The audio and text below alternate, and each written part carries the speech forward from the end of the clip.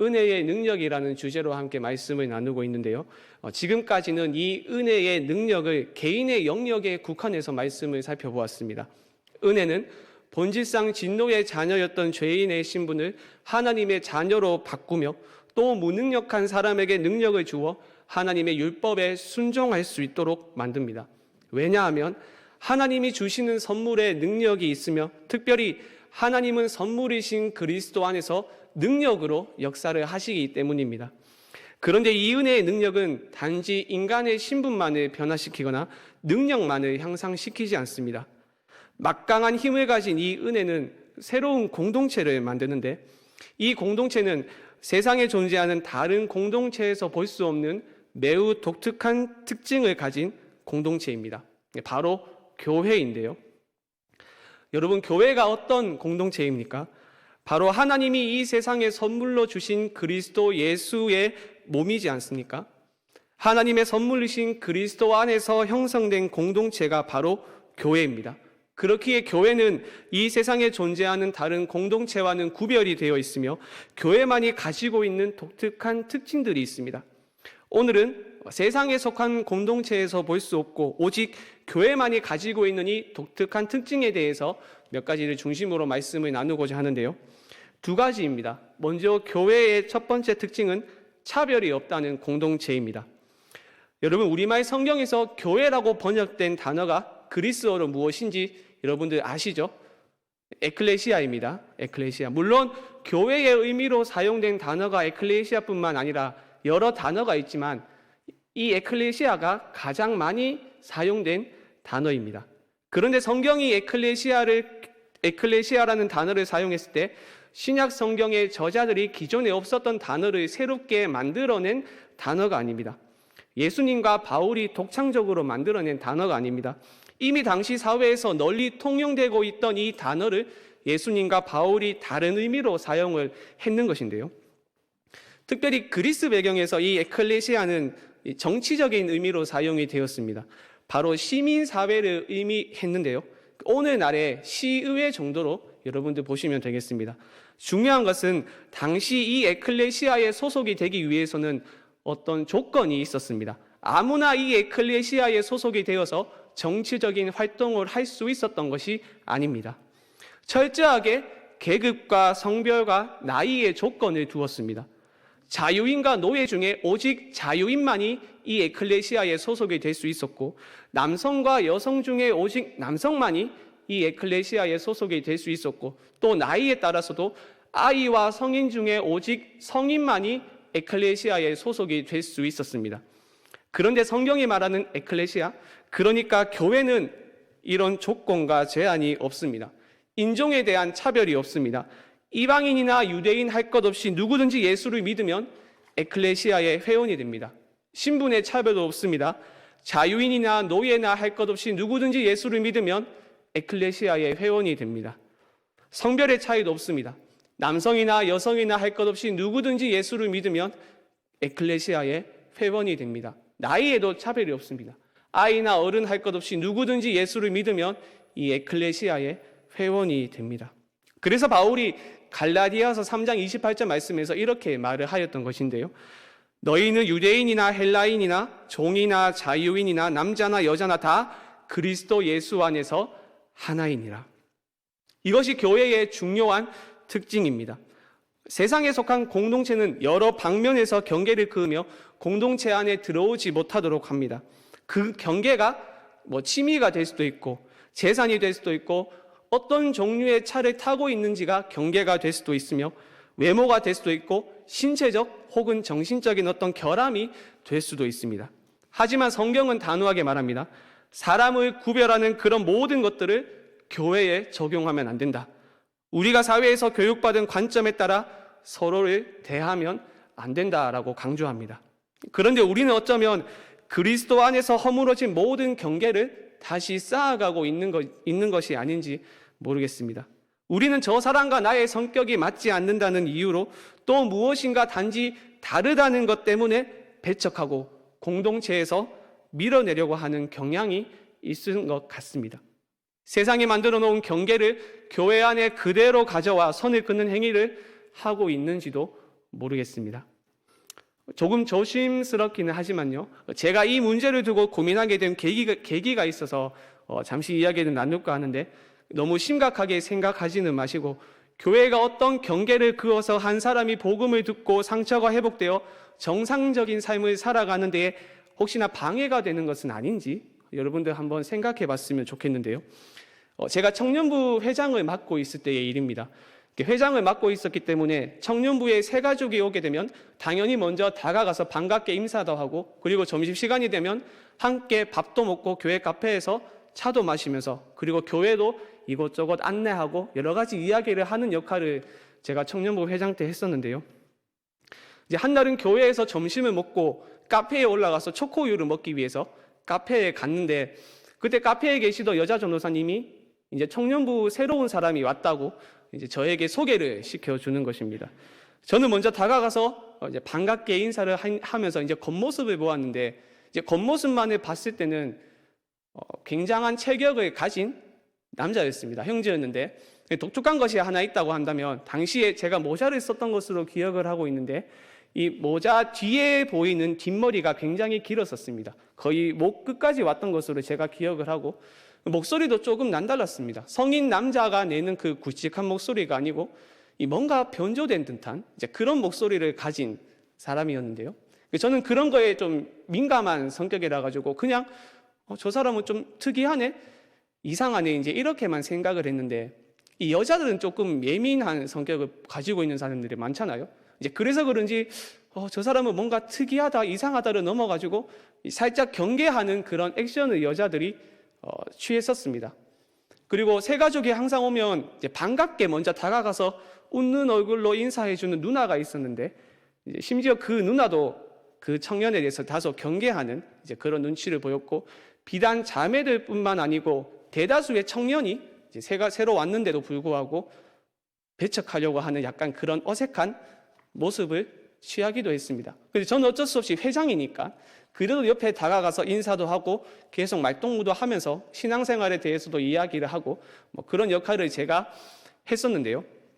그날도 청년부 예배를 다 마치고 제가 교회 앞까지 바래다 주면서 다음 주에도 교회 올 수 있으면 같이 와가지고 예배도 드리고 좀 더 교제할 수 있는 그런 시간을 가졌으면 좋겠다라고 인사를 하고 헤어졌는데, 그때 저랑 같이 임원을 맡고 있었던 이제 부회장을 맡고 있었던 누나가 있었는데, 저한테 쓱 다가오더니만 저 사람 뭔가 이상한데 이제 트랜스젠더인 것 같다라고 이야기를 하는 겁니다. 트랜스젠더니까 성전환을 했던 사람이죠.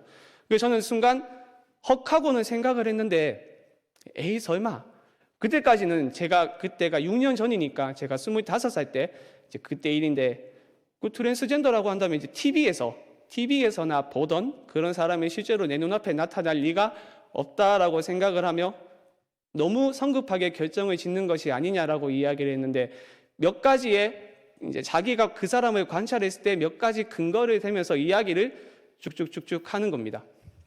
근데 그때 당시에 저보다 1살 어린 후배가 있었는데, 이제 그 후배가 발이 굉장히 넓거든요. 제가 그 새로운 청년하고 이야기를 하면서 이제 가지고 있었던 몇 가지의 데이터를 근거로 해가지고 그 동생이 좀 이제 수소문을 했습니다. 수소문을 한 결과 이제 그 사람이 트랜스젠더가 맞다라는 것을 이제 이야기를 하더라고요. 이제 그 이야기를 듣는 순간 저도 이제 헉하고, 다음 주에 저 청년이 만약에 진짜 교회에 오면 나는 어떤 액션을 취해야 될까? 어떻게 행동을 해야 될까? 하는 걱정이 먼저 저에게 쓱 다가왔습니다. 근데 아니나 다를까? 그 다음 주에도 교회에 왔었습니다. 저는 그 청년이 이제 트랜스젠더라는 걸 알고 있었지만 그 청년은 그거를 모르는 상황이었기 때문에 그 전주와 마찬가지로 같이 점심은 먹지 않았지만 차도 먹고 이야기도 나누며, 그리고 예배 후에는 새 가족이었기 때문에 바로 저의 편성이 되지 않고 저랑 따로 이야기를 했었거든요. 이제 그때는 하나씩 뭔가 미묘한 이야기를 하기 시작했습니다. 갑자기 이야기를 하는 와중에 저는 다른 사람들과는 조금 다릅니다. 그리고 저는 아이를 가질 수 없습니다. 그리고 저는 밤이 되면 낮에 하는 행동들이랑 다릅니다. 이제 이런 이야기들을 쑥쑥쑥 하는 겁니다. 저는 이미 그 사실을 알고 있기 때문에 그냥 무슨 말인지는 다 알고 있지만 그냥 그런가요 하면서 제가 넘어갔었는데 이제 그 청년이 마지막에 이런 말을 하는 겁니다. 제가 교회에 와도 될까요? 제가 교회에 와도 될까요? 이제 이런 말을 했는데 저는 그 의미가 무슨 의미인지를 알잖아요. 한치의 주저함도 없이 물론 교회에 와도 됩니다. 제가 이렇게 말을 했습니다. 그런데 무슨 이유 때문인지는 모르겠지만 그 다음 주부터 그 청년은 교회에 오지 않았고 연락처도 제가 알고 있지 않았기 때문에 어떤 이유 때문인지 교회에 나오지 않게 되었는지는 제가 정확하게는 모르겠지만 그래도 그나마 이제 예측을 하는 거는 교회에 왔음에도 불구하고 사람들이 자기를 뭔가 배척하는 것 같고 뭔가 낯설게 여겨지니까 인사도 안 하고 말도 건네지 않고 이런 모습들을 통해 가지고 왠지 소외감을 받고 상처가 받은 것은 아닐까? 저는 그렇게 생각을 했습니다. 한편으로는 조금 씁쓸했습니다. 교회는 이제 완벽한 사람들이 모이는 공동체가 아니잖아요. 다윗의 아둘람 공동체처럼 환난을 당한 자, 빚진 자, 마음이 원통한 자가 모이는 곳이 교회인데 우리 공동체가 아직은 성숙하지 못하였구나 하는 그런 씁쓸함과 안타까움이 제 안에 있었습니다. 세상에 속한 어떤 공동체든지 자기에게 맞는 사람은 받아들이고 아닌 사람은 배척하는 모습을 보일 수 있지만 교회는 그러면 안 되는데 모든 장벽이 그리스도 예수 안에서 허물어졌는데 하는 안타까운 마음이 들었습니다. 예수님도 당시 사회에서 배척을 당한 사람들을 용납하셨는데 왜 지금 내가 속한 이 공동체는 이제 그렇게 하지 못하는가 하는 안타까운 마음 또한 저에게 들었습니다. 예수님 당시 사회에서 배척을 당한 사람들이 예수를 만나 치유를 경험하고 문제가 해결되어 사회에 들어가 정상적인 생활을 영위할 수 있었는데 저 청년도 교회가 아니고서는 저 상처가 치유되지 않고 사회에 들어가서 정상적인 생활을 할 수 없을 것인데 하는 안타까운 마음이 들었습니다. 이야기를 들어보니까 어린 시절에 어릴 때 성폭행을 당했던 경험이 있다 하더라고요. 이제 그런 상처가 있기 때문에 트랜스젠더를 하기로 결심을 했다고 이야기를 들었습니다. 그러니까 생활도 정상적이지 않았어요. 낮에는 은둔형 외톨이처럼 그렇게 지내고 밤에는 전국에 있는 트랜스젠더 바를 돌면서 그렇게 생활을 하였다고 제가 들었었거든요. 그 세상 어떤 공동체에서 이런 상처를 치유할 수 있겠습니까? 없겠죠. 오직 교회에서 예수 그리스도의 복음을 통해서만 상처를 치유할 수 있는데 아직 제가 속한 청년부 공동체가 미숙하지 않아서 혹여나 저 지체가 상처를 받고 저 사람이 상처를 받아가지고 교회의 발걸음을 끊지는 않을까 하는 그런 안타까운 마음이 그때 당시 저에게 들었었습니다. 사랑하는 여러분, 우리 교회는 그렇다면 어떤 모습입니까?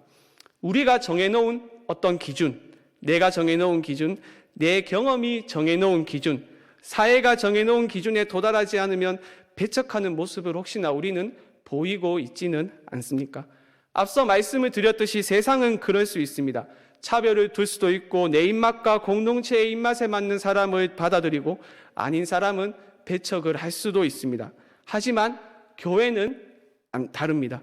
교회는 그러면 안 됩니다. 이방인이나 유대인이나 남자나 여자나 자유인이나 노예나 어린아이나 어른 할 것 없이 누구든지 예수를 믿으면 교회의 지체가 될 수 있습니다. 이 사실을 기억하며 그리스도께서 허무신 담을 다시 쌓아 올리는 어리석음을 범하지 않았으면 좋겠습니다. 그리고 교회의 또 다른 특징은 이제 사랑이 중심이 된 공동체라는 것인데요. 우리가 읽은 본문 13절의 말씀을 다시 한번 읽어봤으면 좋겠습니다. 우리 한 목소리로 읽어보겠습니다. 시작. 형제들아,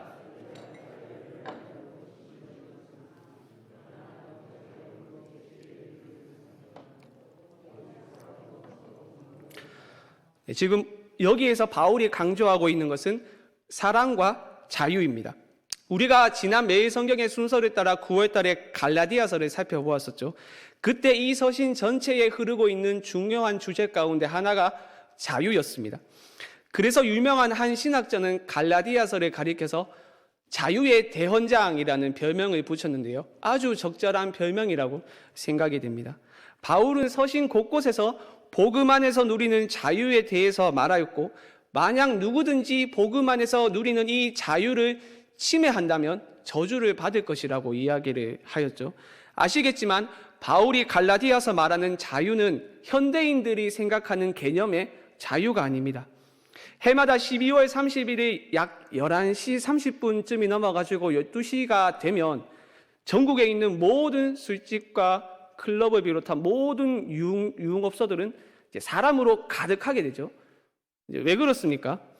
이제 성인이 되는 고등학생들이 그동안 하지 못했던 것들을 합법적으로 누릴 수 있는 시간이기 때문입니다. 이전에는 나이가 되지 않아서 술도 마시지 못했고 클럽에 가지도 못했고 늦도록 친구와 놀지도 못했는데 이제 성인이 되었기에 합법적으로 마음껏 놀 수 있게 된 것이죠. 이것이 현대인들이 생각하는 자유의 개념입니다. 누구에게도 얽매이지 않고 무엇에도 얽매이지 않고 내가 내 삶의 주인이 되고 주체가 되어서 내가 원하는 것은 무엇이든지 할 수 있다라고 생각하는 것이 현대인들이 생각하는 자유입니다. 하지만 성경이 말하는 자유는 이제 그런 것이 아니죠. 바로 죄와 사망의 권세 아래에서 해방되는 것이 성경에서 말하는 자유입니다. 자유는 내 힘으로는 벗어날 수 없고 내가 가지고 있는 지식으로도 벗어날 수 없고 내가 가지고 있는 물질로도 벗어날 수 없고 내가 가지고 있는 명예나 권력으로도 벗어날 수 없고 이 땅에 존재하는 모든 자원을 사용하여도 벗어날 수 없었던 죄와 사망의 권세 아래에서 해방되는 것이 성경이 말하는 자유입니다. 오직 예수 그리스도를 통해서 말입니다. 그런데 내가 그리스도 안에서 자유의 신분이 되었다 여기에서 끝나서는 안 됩니다. 본문에서 바울이 강조하고 있는 것이 무엇입니까? 너희가 얻은 자유로 사랑하며 서로 종노릇을 하라입니다. 하나님이 우리를 자유롭게 하신 이유가 바로 이것입니다. 서로 사랑함으로 종노릇을 하는 것. 죄와 사망으로부터 자유로워졌지만 이제 다른 형태의 종으로 전환이 이루어진 것입니다. 인간은 본능적으로 다른 누군가에게 귀속되는 것을 싫어합니다. 또 무엇인가에 얽매이는 것을 본능적으로 싫어하죠. 이제 죄와 사망에서 벗어나게 되었는데 또다시 누군가에게 얽매이게 되었다니 반감을 가지기가 쉽습니다. 거기다가 친구의 관계도 아니고 동료의 관계도 아니고 애인의 관계도 아니고 종의 관계입니다. 사실 우리말 성경은 종이라고 번역을 했지만 원문은 슬레이브입니다. 즉 노예입니다. 노예라고 번역하는 것이 더 정확합니다. 종과 노예의 억양은 완전히 차이가 있죠. 종은 출퇴근하는 종도 있고 임금을 받으며 일을 하는 종도 있습니다. 하지만 노예의 상황은 완전히 다릅니다. 노예에게는 출퇴근 그런 것 없습니다. 임금 그런 것 없습니다. 아예 자기라는 것은 없습니다. 그래서 아리스토텔레스는 노예를 살아있는 도구다라고 표현하기도 하였는데요. 당시 사회에서 노예의 위치를 알 수 있는 대목이죠. 노예는 살아있는 도구다. 그저 주인에게 철저히 짓밟히는 도구가 바로 노예입니다.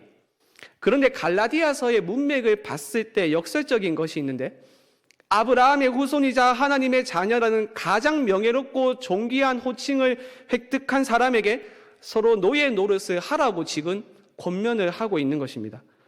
노예라는 개념이 익숙하지 않은 현대인들에게는 이것이 충격적으로 다가오지 않겠지만 당시에는 달랐겠죠. 그들이 듣기에 너무나도 거북하고 충격적인 권면입니다. 여러분 생각해 보십시오.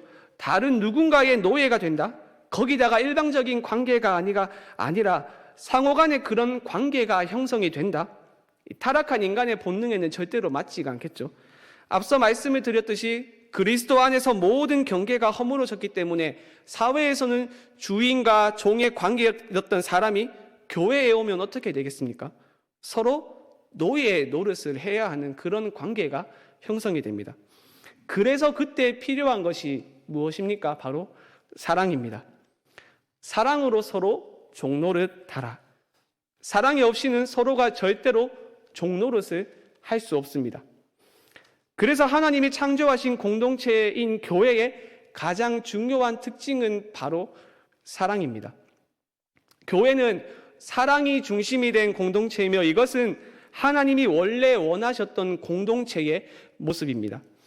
여러분, 죄가 이 세상에 들어오기 전에 에덴 동산의 모습을 한번 생각해 보시면 좋겠는데요. 특별히 아담과 하와의 모습을 여러분 한번 떠올려 보시기 바랍니다. 아담이 자신의 갈비뼈를 취하여 만든 하와를 보고 무슨 고백을 하였었죠? 이는 내 뼈 중에 뼈요 살 중에 살이니라. 아담이 하와에게 굉장히 아름다운 사랑의 고백을 했습니다. 마치 경상도에서 쓰는 사투리 있죠. 내 알을 낳아도에 버금가는 사랑의 고백을 지금 아담이 하와에게 한 것인데요. 그런데 이것은 단순히 남자가 여성에게 혹은 여자가 남자 이성에게만 국한되어서 하는 그런 아름다운 고백이 아닙니다. 우리는 아담이 하와에게 한 이 아름다운 고백을 통해서 하나님이 원래 창조하고자 하셨던 사회, 공동체가 어떤 모습인지를 유추할 수 있는데요. 그래서 만약 죄가 이 세상에 들어오지 않았더라면 아담과 하와가 자기들이 낳은 자식에게도 이는 내 뼈 중에 뼈요 살 중에 살이니라 라는 사랑의 고백을 했을 것이고, 마찬가지로 그 둘 사이에서 나온 형제들이 또 형제들 사이에서 이는 내 뼈 중에 뼈요 살 중에 살이니라 라는 아름다운 사랑의 고백을 했을 것입니다. 그런데 우리가 아는 것처럼 죄가 이 세상에 들어오게 되면서 이 사랑의 고백이 완전히 바뀌게 되었죠. 이는 내 뼈 중에 뼈요 살 중에 살이니라 라는 사랑의 고백 대신에 우리는 서로 간에 어떤 말을 합니까? 이는 내 암 중에 암이요 종양 중에 종양이니라 라는 원망과 불평과 탄식의 고백으로 죄가 들어온 이후에 바뀌었습니다. 그래서 여러분, 교회가 아닌 세상에 속한 공동체를 한번 보십시오. 어떤 특징을 가지고 있습니까? 섬김과 희생과 사랑이 있는 것이 아니라 각자의 목적에 따라 군림하려고 하죠. 서로 종로를 타는 것이 아니라 어떻게 해서든지 저 사람보다 높은 곳에 올라가서 타인을 짓밟고 이익을 취하려고 합니다. 그러다 보니 희락과 화평과 화합이 아닌 어떤 특징이 있습니까? 시기와 질투와 분냄이 있는 것이죠. 하나님이 원하시고 목적하신 사랑이 중심이 된 공동체와는 완전 정반대의 공동체가 죄를 통해서 만들어지게 된 것입니다. 하지만 하나님은 이 세상이 그렇게 하나님의 의도와 의도된 질서와 정반대의 방향으로 흘러가는 것을 그냥 두지 않았습니다. 하나님은 사랑이 중심이 된 한 공동체를 세우셔서 원래 원하셨던 그 사랑의 사회를 이 땅에 구현하고자 하셨는데요. 그것이 바로 구약 성경에는 이스라엘이고 신약 시대에는 교회입니다. 그래서 교회는 사랑이 가득하고 사랑의 냄새가 흘러나와야 하는데, 하지만 우리의 현실은 어떻습니까? 그렇지 않다는 것이 문제겠죠. 교회 안에도 여전히 세상의 가치관이 있고 서로를 사랑하고 아끼며 종노릇을 하는 것이 아니라 먹고 뜯고 맛보고 하는 일들이 너무나도 빈번하게 있습니다. 물론 담임 목사님이 자주 말씀하셨던 것처럼 이 땅에 완전한 교회, 완벽한 교회는 없습니다. 이전에도 없었고 지금도 없고 미래도 없습니다. 제 동기 중에 일찍 담임 전도사로 시골 교회에서 섬기고 있는 한 전도사님이 계신데요. 아무래도 시골 교회다 보니까 교인 수가 도시에 있는 교회에 비하면 상당히 적은데, 자기 아버지를 포함해가지고 한 3명인가 5명 정도 교인이 있다고 합니다.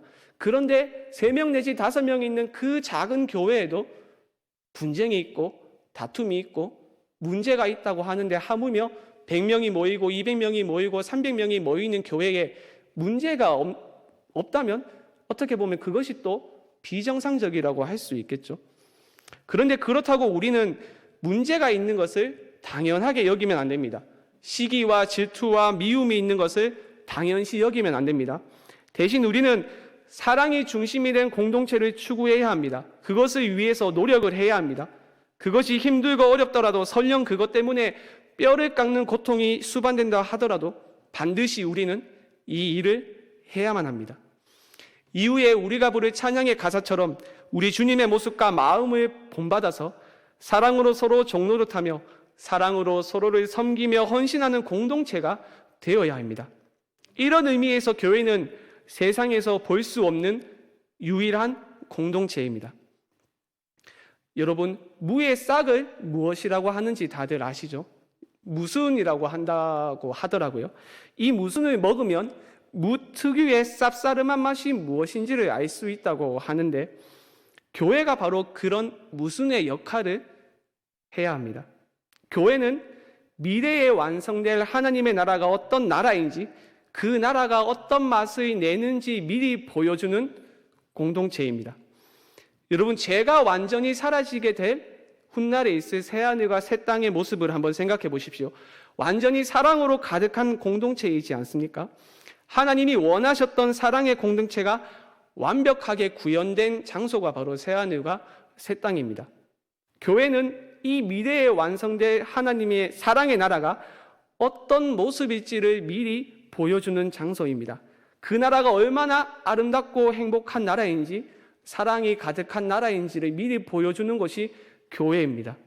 그렇기에 무순을 먹으면 그 무 특유의 쌉싸름한 맛을 맛볼 수 있는 것처럼 교회도 미래에 완성될 사랑의 나라가 어떤 곳인지, 어떤 맛을 내는 것인지를 이 세상에 미리 보여주어야 합니다. 사랑하는 여러분, 그렇다면 우리 교회는 어떻습니까? 사랑이 가득한 교회입니까? 사랑으로 서로 종노릇하는 공동체입니까? 군림하려고 하는 것이 아니라 섬기고 사랑하고 희생하는 그런 공동체입니까? 미래에 완성될 사랑의 나라를 세상에 보여주고 맛보게 해주는 그런 공동체입니까? 누구든지 교회에 왔을 때 그래 역시 교회는 세상에 속한 공동체와는 달라, 무엇인지는 모르겠지만 왠지 마음이 따뜻해지고 사랑에 넘치는 공동체야 라고 생각을 할 수 있어야지, 이건 뭐 세상에 속한 공동체와 별반 다른 건 없네, 이런 말을 하면 가슴 아픈 일이겠죠. 우리 교회가 사랑이 중심이 된 공동체, 사랑으로 서로 종노릇하며 섬기는 그러한 공동체가 되어서 미래에 완성될 사랑의 나라가 어떤 나라인지 이 세상에 보여주고 맛보게 해주는 그러한 공동체가 되길 바랍니다.